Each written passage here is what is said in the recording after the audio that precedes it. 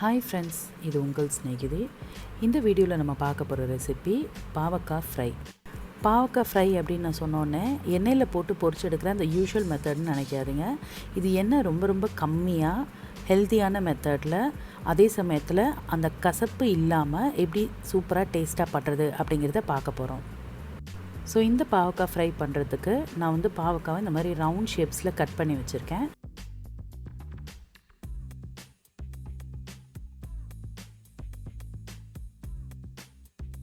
இதோட திக்னஸ் பார்த்திங்கன்னா ரொம்ப திக்காக இல்லாமல் ரொம்ப தின்னாக இல்லாமல் இந்த மாதிரி மீடியம் சைஸில் இருக்கணும்.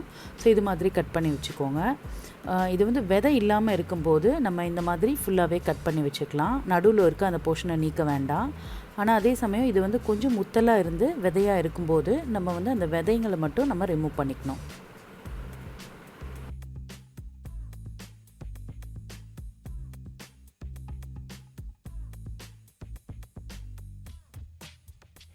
இப்போ இது பண்ணுறதுக்கு ஒரு அயன் கடாயில் நான் 2 டீஸ்பூன் ஆயில் ஹீட் பண்ணி இந்த பாவக்காவை சேர்த்துருக்கேன்.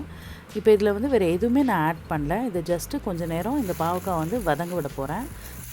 இந்த பாவக்காய் வந்து ஒரு 3/4 வாசி வேகிற வரைக்கும் இந்த மாதிரி ஸ்லோ ஃப்ளேமில் இதை வதக்கிக்கணும். இடையில இதை திருப்பி விட்டுட்டு நல்லா எல்லா பக்கமும் ஒரே மாதிரி வேகிற மாதிரி வேக வச்சு எடுத்துக்கணும். இது வந்து நம்ம ஸ்லோ ஃப்ளேமில் வைக்கிறனால இது வந்து ஒரு 10 மினிட்ஸ் வரைக்கும் ஆகும். கொஞ்சம் குவிக்காக வேகணும் அப்படின்னா லைட்டாக கொஞ்சம் நேரத்துக்கு மட்டும் இதை வந்து ஒரு லிட் போட்டு கவர் பண்ணி வேக வைக்கலாம். ரொம்ப நேரம் லிட் போட்டு மூடி வேக வச்சோன்னா இது வந்து வேர்வை தண்ணி உள்ளே பட்டு ரொம்ப ஒரு மாதிரி சொதன்னு ஆகிடும். இப்போ இந்த பாவக்காய் ஓரளவு வெந்துடுச்சு. இப்போ இந்த பாவக்காயில் வந்து நான் வந்து 1 டேபிள் ஸ்பூன் அளவுக்கு கடலை மாவு ஆட் பண்ணுறேன். 1 டேபிள் ஸ்பூன் அரிசி மாவு, 1 டீஸ்பூன் கார்ன்ஃப்ளவரையும் சேர்த்துக்கிறேன். இதோடு இதுக்கு தேவையான அளவு மிளகாய் தூள் சேர்த்துக்கிறேன். மிளகாய் தூள் காரத்துக்கு ஏற்ற மாதிரி அட்ஜஸ்ட் பண்ணிக்கலாம். அதோடே வந்து ஒரு டீஸ்பூன் அளவுக்கு மல்லித்தூள் சேர்த்துக்கிறேன். மல்லித்தூள் வந்து ஒரு ஃப்ளேவருக்காக சேர்க்குறது. லாஸ்ட்டாக இதுக்கு தேவையான அளவு உப்பையும் சேர்த்துக்கிறேன்.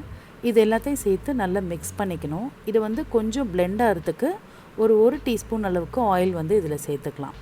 இனிஷியலாக நான் வந்து இதில் ஒரு 2 டீஸ்பூன் ஆயில் ஆட் பண்ணியிருந்தேன். இப்போ இதை வந்து பிளெண்ட் பண்ணுறதுக்காக ஒரு டீஸ்பூன் ஆயில் இதில் சேர்த்துக்கிறேன்.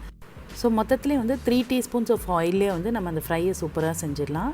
இது வந்து டயட் கான்ஷியஸாக இருக்கவங்களுக்கு கொஞ்சம் ஹெல்ப்ஃபுல்லாக இருக்கும். இப்போ இந்த இன்க்ரீடியன்ட்ஸ் எல்லாத்தையுமே நல்லா பிளெண்ட் பண்ணிவிட்டு இதை நல்லா ஃப்ரை ஆகிற வரைக்கும் இந்த கடாயிலே விட்டணும்.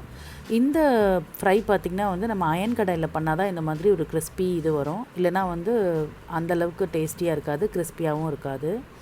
ஃபஸ்ட்டே பாவக்காய் வந்து நம்ம முக்கால்வாசி வேக வச்சுட்டு அப்புறம் இந்த மசாலாலாம் சேர்க்குறனால இந்த ரெசிபி வந்து ரொம்பவே குயிக்காக நமக்கு செய்ய முடியும்.